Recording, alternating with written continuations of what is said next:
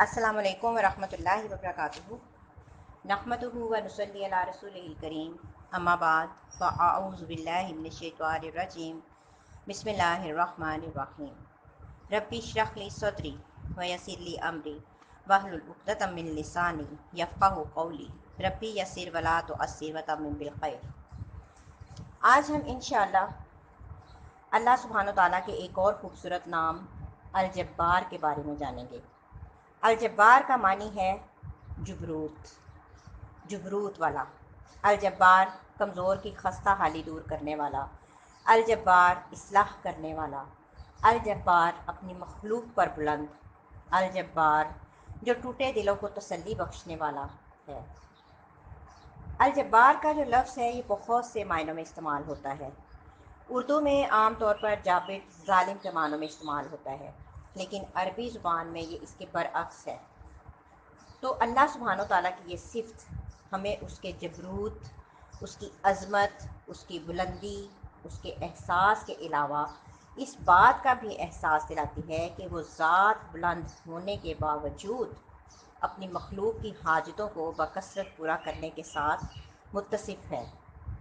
وہ پوری قوت کے ساتھ ان کی اصلاح کر سکتا ہے، بیماروں کو شفا دیتا ہے، خوف کو امن میں بدل دیتا ہے، ناکامی کو کامیابی میں بدل دیتا ہے، اور وہ اس لحاظ سے بھی الجبار ہے کہ وہ اپنی مخلوق کے اوپر بلند ہے۔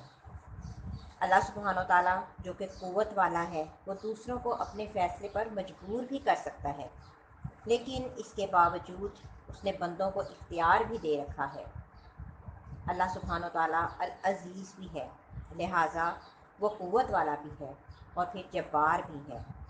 وہ اپنی قوت کے ساتھ اپنے فیصلوں کو پوری طرح نافذ کر سکتا ہے۔ نبی صلی اللہ علیہ وآلہ وسلم نے فرمایا کہ قیامت کے دن زمین ایک روٹی کی طرح بن جائے گی، جس کو اللہ الجبار اپنے ہاتھ سے الٹ پلٹ کرے گا۔ جیسے کہ تم میں سے کوئی ایک سفر میں جب ہوتا ہے تو اپنی روٹی کو الٹ پلٹ کر دیتا ہے، تو یہ اللہ تعالیٰ کی طرف سے اہل جنت کے لیے مہمان نوازی ہوگی۔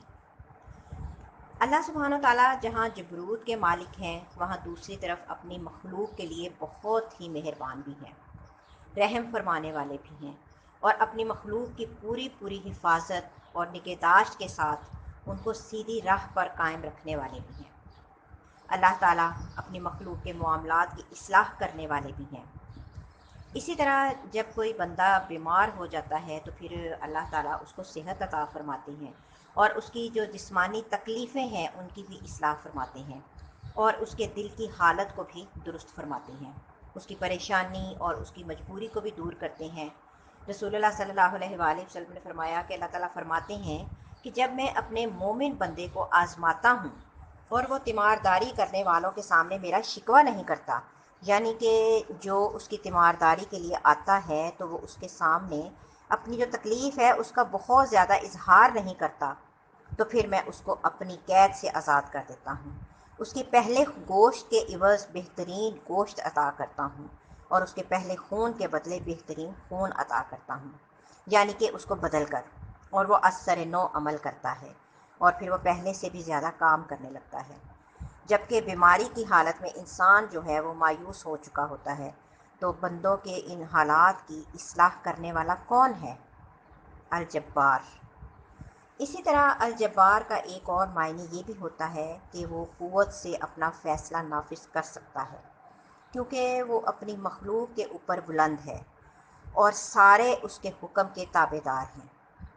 اس کا جو حکم ہے وہ سب پر غالب ہے، کوئی بھی اس کے فیصلے کو روک نہیں سکتا، کوئی اس کے حکم کے آگے رکاوٹ نہیں ڈال سکتا۔ وہ جو چاہتا ہے کرتا ہے، اور جو نہیں چاہتا وہ نہیں کرتا، کوئی بھی اس کو کرنے پر مجبور نہیں کر سکتا۔ ابو حامد الغزالی کہتے ہیں کہ الجبار وہ ذات ہے جو اپنی مشیت کو ہر شخص میں اجباری طور پر نافذ کرتا ہے، یعنی کہ اگر وہ کسی کے بارے میں کوئی فیصلہ نہ کرنا چاہے، زندگی کا کوئی ہو، موت کا، بیماری کا، عزت کا یا ذلت کا، تو وہ اس کو نافذ کر سکتا ہے، کوئی اور اس کو روک نہیں سکتا، اور اس کے فیصلے سے کوئی باہر نہیں، یعنی کہ اس کا جو فیصلہ ہے ہر ایک پر نافذ ہوتا ہے۔ پھر یہ بھی یاد رہے کہ اس کے غلبے پر سے کوئی باہر نہیں نکل سکتا، یعنی کہ کوئی اسے کنٹرول سے باہر نہیں، اس کے کنٹرول سے۔ پھر اسی طرح اللہ سبحانہ و تعالیٰ جب کسی قوم کے بارے میں یا پھر جب کسی انسان کے بارے میں کوئی فیصلہ کر لیتا ہے تو وہ قوم اپنی مرضی سے اس کو تبدیل نہیں کر سکتی۔ ہاں، یہ الگ بات ہے کہ اللہ تعالیٰ جس کو جب تک چاہے ڈھیل دے، اختیار دے، مہلت دے، وہ اسے جیسے چاہے استعمال کرے۔ لیکن جب اللہ تعالیٰ کا اس کے بارے میں فیصلہ آ جاتا ہے، مثلاً کہ عذاب کا فیصلہ آ جاتا ہے، تو پوری قوم بھی مل کر نہیں ٹال سکتی۔ اب قوم نوح کے اوپر جب عذاب کا فیصلہ آیا تو زمین اللہ کے حکم سے پانی اگلنے لگی، اور جو آسمان تھا وہ بھی پانی برسانے لگا۔ زمین اور آسمان کا پانی مل گیا اور وہ جو قوم تھی وہ ڈوب گئی۔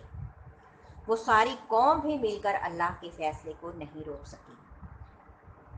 اسی طرح پھر قوم صالح جو ہیں، ان کی بستیاں، قوم سمود اور عاد کے لوگ کتنے وہ طاقتور تھے، وہ کتنے بڑے بڑے محلات تعمیر انہوں نے کیے تھے۔ انہوں نے قوم سمود نے کتنی بڑی بڑی چٹانوں کو تلاش کر جو عمارتیں بنائیں۔ اسی طرح قوم فرعون، ان میں سے آپ بتائیں کہ کون بچا؟ اللہ کے فیصلے سے کون بھاگ سکا؟ اللہ سبحانہ و تعالیٰ کا فیصلہ ان پر نافذ ہو کر رہا۔ اسی طرح الجبار کا ایک معنی اصلاح کرنے والا بھی ہے۔ اسی طرح یہ کہ دو سجدوں کے درمیان بھی اللہ تعالیٰ سے دعا کرنی چاہیے، اللہم اغفر لی ورحمنی واجبرنی۔ اسی طرح پھر انسان جو ہے اپنی عملی زندگی میں خود جابر اور قاہر بننے سے پرہیز کرے، یعنی کہ دوسروں کے اوپر غلبہ پانے کی کوشش نہ کرے، یعنی کہ دوسروں کے ساتھ زیادتی نہ کرے، بلکہ اللہ سبحانہ و تعالیٰ کے احکامات کے آگے جھکتا رہے۔ اور اس کے لیے انسان دنیا کے بڑے بڑے جابروں سے سبق پکڑے، کیونکہ اللہ تعالیٰ ہر انسان کو کچھ نہ کچھ دے کر آزماتا ہے۔ بعض اوقات کیا ہوتا ہے کہ اس کو سوچنے کی قوت دیتا ہے، کبھی اس کو بولنے کی قوت دیتا ہے، کبھی لکھنے کی قوت دیتا ہے، کبھی اس کو مال کی قوت دیتا ہے، کبھی اولاد سے قوت دیتا ہے۔ تو جو بھی نعمت ہوتی ہے وہ انسان کے لیے امتحان بن جاتی ہے۔ تو شیطان دیکھیں جو کہ انسان کے ساتھ ہے، تو وہ بہت دفعہ ان نعمتوں اور ان قوتوں کو غلط راستے پر ڈالنے کی کوشش کرتا ہے، اور کبھی انسان اس کے بہکاوے میں بھی آ جاتا ہے۔ تو ایسے میں کبھی بھی انسان اپنے کسی اختیار، کسی بھی نعمت کی وجہ سے اگر دوسروں کے اوپر زیادتی کرنے لگا ہے تو اسے رک جانا چاہیے، کیونکہ ظلم اور زیادتی کبھی بھی پنپتی نہیں ہے۔ اللہ سبحانہ و تعالیٰ جابر اور ظالم کو ایک وقت تک تو مہلت دیتا ہے، مگر اس کے بعد اس کی رسی جو ہے اس کو کھینچ لیتا ہے اور وہ اپنے ناک کے بل گرتا ہے۔ تو جبار ہونا، متکبر ہونا، ظالم ہونا، یہ سب اللہ سبحانہ و تعالیٰ کو اپنے بندوں کے لیے ہرگز بھی پسند نہیں ہے۔ پھر اسی طرح یہ کہ انسان کی زندگی میں اگر کوئی پریشانی آئے، خواہ وہ اس کے مالی معاملات ہوں، یا پھر بچوں کی طرف سے کوئی پریشانی ہو، یا پھر کوئی اور پریشانی ہو، تو پھر اس کو ان سب معاملات کو اللہ کے سپرد کر دینا چاہیے، اور اللہ تعالیٰ کی اس صفت کو یاد کرنا چاہیے کہ اے الجبار، جو سارے معاملات کی اصلاح کر سکتا ہے، تو میرے معاملات بھی درست کر دے۔ اور اس کے بعد پھر عاجزی اور انکساری کے ساتھ اللہ تعالیٰ کو پکارنا چاہیے، اور عاجزی اور انکساری کو محسوس کرنا چاہیے۔ تو جب کبھی دل میں تھوڑی سی بھی اپنی بڑائی آنے لگے، یا پھر آپ کو تکبر نظر آنے لگے، تو فوراً اللہ کا نام الجبار یاد کریں، اور پھر بندوں کو خوشی کے ساتھ ان کے حقوق دیں، اور طاقتور کا جو حق ہے اس کو بھی پہچانیں، اور کمزوروں کا حق بھی پہچانیں۔ اور پھر ایک اور چیز یہ ہے کہ انسان جب سرکش لوگوں کی کمپنی میں ہوتا ہے تو اس کے اندر سرکشی آنے لگتی ہے۔ تو اس کے لیے کیا کرنا چاہیے؟ اس کے لیے یہ ہے کہ انسان جو ہے وہ یتیموں، مسکینوں اور غریب لوگوں کے بیچ میں بھی بیٹھے، تاکہ اس کے اندر اس کی جو سرکشی ہے وہ دور ہو، اور اس کے اندر ایک ایسا احساس ہو کہ وہ اللہ کے سامنے کمزور ہے۔ رسول اللہ صلی اللہ علیہ وآلہ وسلم اللہ سبحانہ و تعالیٰ کا بہت ذکر کیا کرتے تھے۔ حدیث میں آتا ہے کہ آپ صلی اللہ علیہ وآلہ وسلم لایانی گفتگو نہیں کرتے تھے، نماز لمبی پڑھتے تھے، خطبہ مختصر دیتے، اور بیواؤں اور مسکینوں کے ساتھ جاتے اور ان کا کام کر دیتے تھے۔ آپ صلی اللہ علیہ وآلہ وسلم اللہ کے رسول تھے، آپ صلی اللہ علیہ وآلہ وسلم اللہ کے چنے ہوئے تھے، تمام انبیاء کے سردار تھے، لیکن اس کے باوجود آپ صلی اللہ علیہ وآلہ وسلم کی عاجزی دیکھیے کہ کس طرح وہ بیوہ اور مسکین کے پاس جاتے اور ان کے ساتھ بیٹھتے، اور یہی وہ چیز ہے کہ جس سے انسان کے اندر عاجزی پیدا ہوتی ہے، اور انسان واقعی اللہ تعالیٰ کے جبروت کو، ملکوت کو، عظمت کو محسوس کرتا ہے۔ تو اللہ تعالیٰ ہمیں اپنے ان بندوں میں شامل کر لے جو واقعی اس کے پسندیدہ اور چنے ہوئے بندے ہیں، اور ہمیں اللہ تعالیٰ اپنے اس نام اور اپنی اس صفت کی بہترین معرفت عطا کر کے ہمارے عمل کو بھی اس کے مطابق بدل دے۔ آمین یا رب العالمین۔ السلام علیکم ورحمۃ اللہ وبرکاتہ۔